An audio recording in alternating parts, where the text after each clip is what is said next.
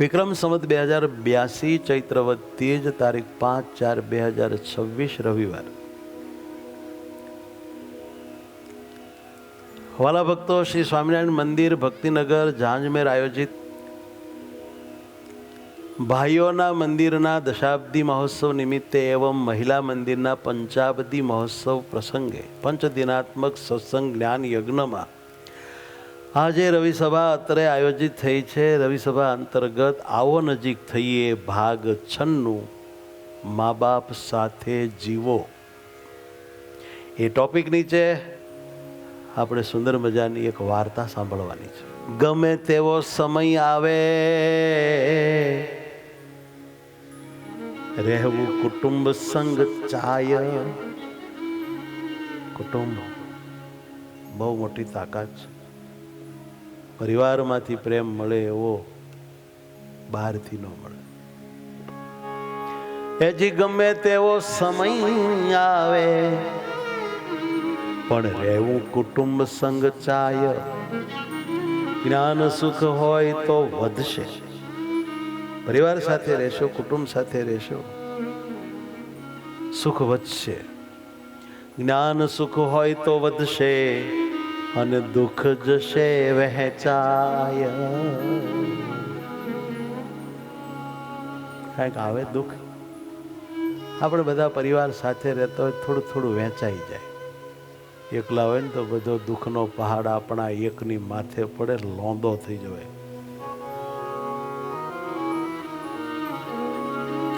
માતા પિતાનો આદર એ માત્ર ફરજ નથી જ, જ્ઞાન પણ જીવનનું સૌથી મોટું સદભાગ્ય છે. એ જ મોટું સદભાગ્ય એ જ. શું? માતા પિતાનો આદર કરવો તે જીવનનું બહુ મોટું સદભાગ્ય છે. અનાથ આશ્રમ વાળાને પૂછો, ત્યાં જે છોકરા છોકરીઓ મોટા થઈ રહ્યા છે ને પૂછો કે તમારા મા બાપ, આંખમાંથી ટપક ટપક આંસુડા પડે. અમે અમારા મા બાપ જોયા નથી, મા બાપનો પ્રેમ જોયો નથી, એની છાયા અમે અનુભવી નથી, એનો ટેકો અમે જાણ્યો નથી. ખબર નહીં કોણ અમારા મા બાપ. આપણને ભગવાને મા બાપ આપ્યા છે, એનો છાયો ટેકો હું બળ પ્રેમ આપ્યા છે, પણ કોણ જાણે થોડા ભણી ગણીને આમ કમાવા માંડ્યા એટલે હવે પગ પૃથ્વી અડે નહીં. મા બાપને તો માળા ગણે જ નહીં, આધુનિક થઈ ગયા. એટલે ભાઈ, મા બાપ એ મા બાપ છે. ભલે એની જૂની રહેણી કેણી હોય, ભલે અભણ હોય, ભલે ટેકનોલોજીમાં ન જાણતા હોય, પણ મા બાપ છે. એણે આ દુનિયામાં આપણને આણ્યા છે. એનું યોગદાન ઈશ્વર જેટલું છે. માટે એનો આદર રાખજો. એ ગારો દેતો હોય પગે લાગજો. વૃદ્ધાવસ્થામાં માણસને ઇન્દ્રિયો બધી ક્ષીણ થાય છે, મન મગજ વગેરે હાવ શક્તિહીન થાય છે. પછી શું બોલવું શું ન બોલવું, આવો બધો કંટ્રોલ વૃદ્ધાવસ્થામાં ભલભલાને રહેતો નથી. આપણે વૃદ્ધાવસ્થા આવશે ને ત્યારે આપણું ઠેકાણું કાંઈ રહેવાનું નથી. અને આપણા છોકરા આપણને જોઈ રહ્યા છે કે મારા માતા પિતા એના માતા પિતાની કેવી સેવાને આદર કરે છે, એવી મારે કરવાની મારા પિતાની. આપણામાંથી શીખશે. આપણે જેવી રીતે આપણા મા બાપ સાથે વર્ત્યા હઈશું, એવી રીતે આપણા સંતાનો આપણી સાથે વર્તશે. બધું આઈનાય ભોગવવું પડશે. માટે પ્લીઝ મા બાપને માનજો, સેવા કરજો, આદર આપજો. કદાચ તમારા ને એના સિદ્ધાંત અલગ હોઈ શકે ભાઈ, વચમાં સિદ્ધાંત નો લાવવો. સંબંધ રાખજો, સંબંધ.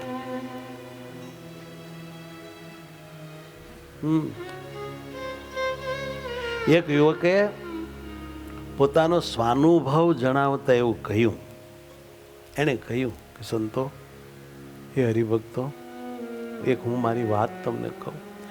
એક દિવસ મારા મા બાપ ને મારી પત્ની વચ્ચેનો મતભેદ મનભેદમાં પરિણમી ગયો. મારી શંકા સાચી પડી. વેકેશનમાં પિયર ગયેલી મારી પત્ની પાછી આવવાનું નામ જ નહોતી લેતી. વડીલો, હા, જ્યારે મેં એનું કારણ પૂછ્યું ત્યારે મારા સાસુ સસરાનો સ્પષ્ટ મને જવાબ મળ્યો, જમાઈરાજ, તમારા મા બાપથી તમે જુદા થાવ તો મારી દીકરીને ત્યાં મોકલું. આ અચાનક થયેલા પ્રહારથી હું તો અકળાઈ ગયો. ખરેખર મેં મારા સસરાને સીધો જ સવાલ કરી નાખ્યો, હું જુદો નહીં થાવ તો દીકરી અહીં અમારે ઘેર રહેશે જમાઈરાજ. અચ્છા સસરાજી, આ તમારી ધમકી સમજી લો. હા હા, એવું જ સમજી લો. મેં કહ્યું કે સસરાજી, તો મારી પણ ચેતવણી સાંભળી લો. આ નિર્ણય તમારો છે, મારો નહીં. માટે હવે પછીના દરેક પરિણામો માટે તમે જવાબદાર હશો. કહીને મેં ફોન કાપી નાખ્યો. જમાઈ રાજાને બહુ સંછેડવા નહીં. આપણે એના હાથમાં દીકરી આપેલી છે, જરા વિચારીને હાલવું. દીકરી વાળાનો હાથ હંમેશા હેઠો હોય. દાન દેવાનું, મૌન રહેવાનું, એનું નામ દીકરીના મા બાપ. એટલે તો જગતમાં લોકો છે ને દીકરાને વધુ ઈચ્છે છે.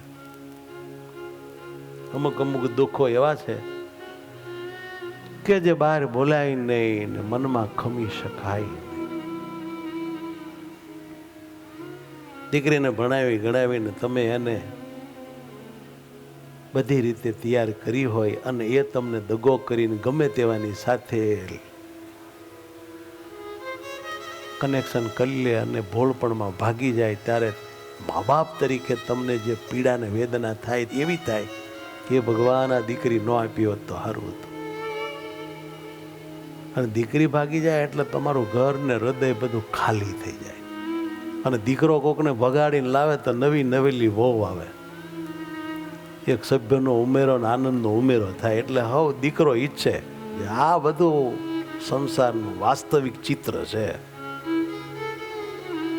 આ બધા દુઃખ ક્યાંય બહુ બહાર કહેવા જેવા નથી. મનમાં સમજી રાખવા અને પૂરું કરો. હવે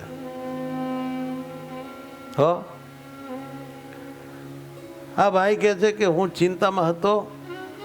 ફોન કાપી નાખ્યા પછી અને મને મારા પિતા ચિંતાયુક્ત મુદ્રામાં જોઈ ગયા.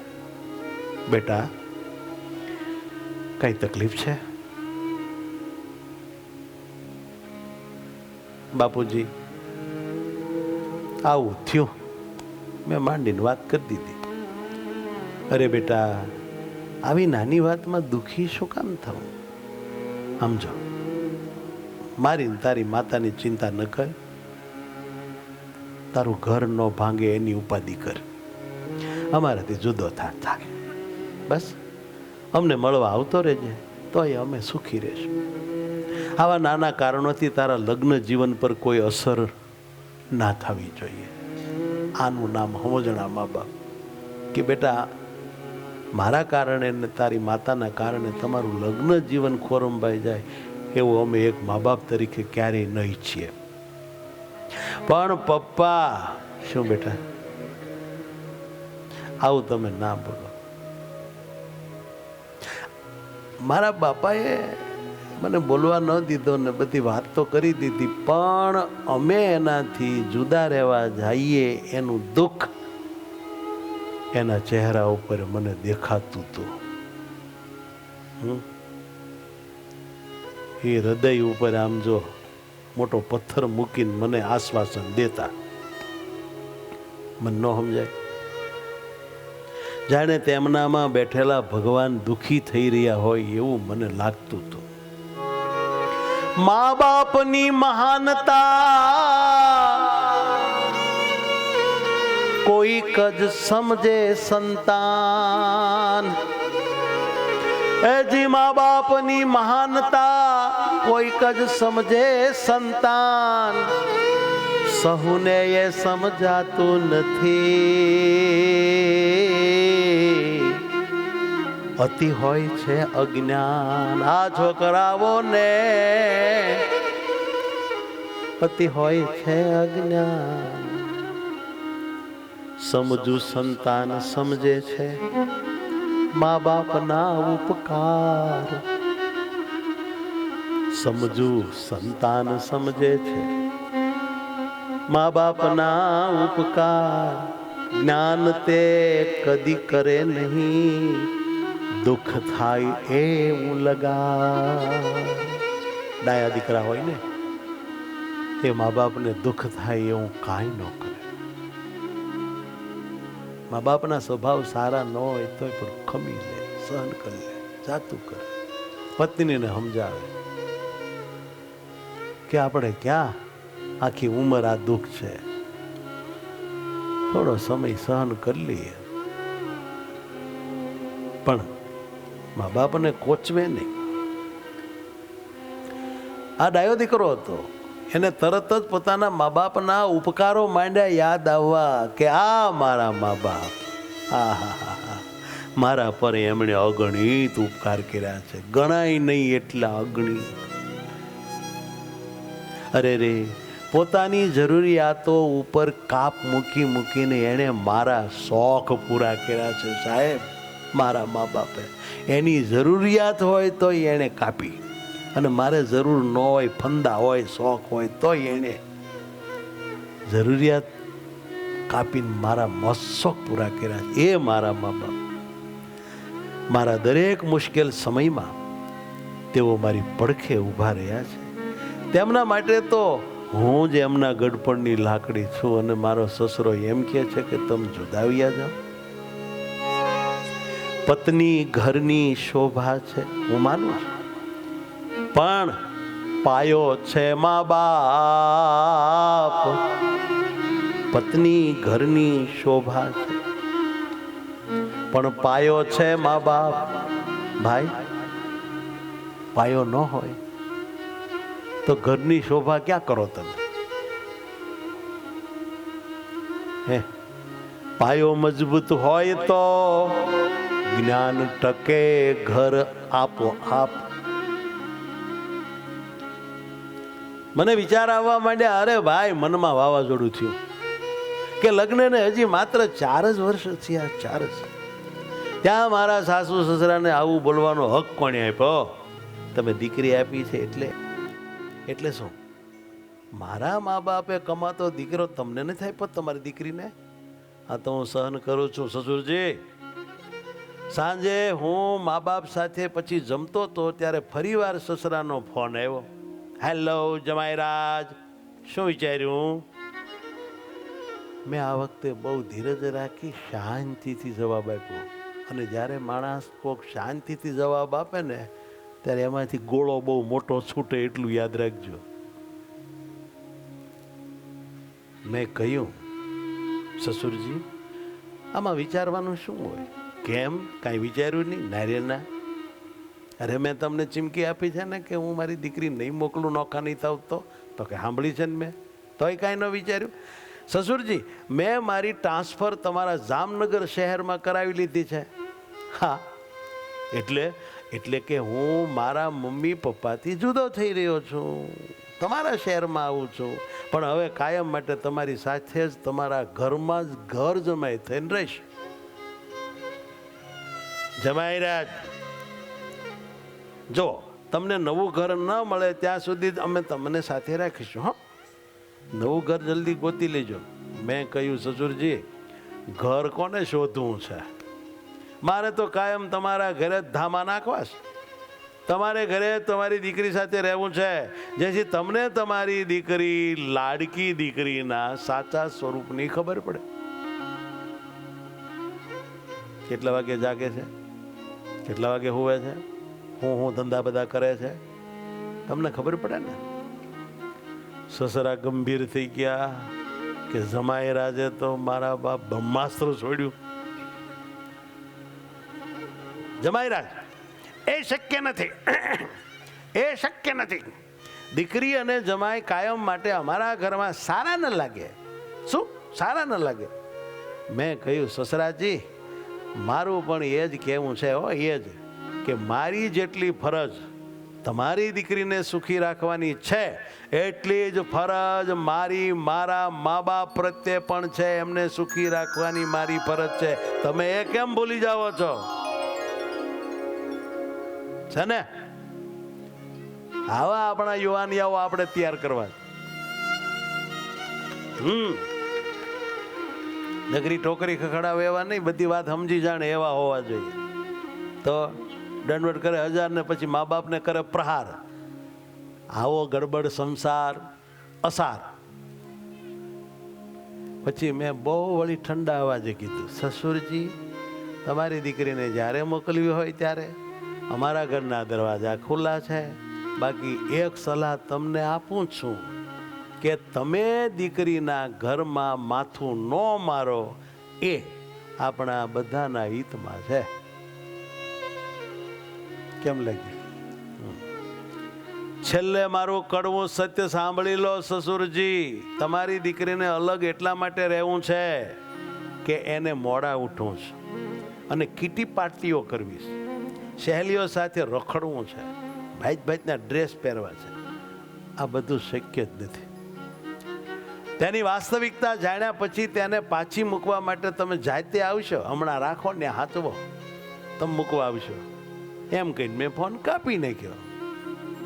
જાગો હવે તમે. ત્યારે મારા પપ્પાએ મને કીધું, બેટા, તારી મમ્મીને એક સલાહ આપું છું. બિનજરૂરી કચકચ ના કર તું. બિનજરૂરી કે દીકરાની વ્યક્તિગત જિંદગીની અંદર દખલગીરી ન કરતી પ્લીઝ. મૂંગી મરે ભાઈ, નહીતર ઘરને તૂટતું કોઈ બચાવી નહીં શકે.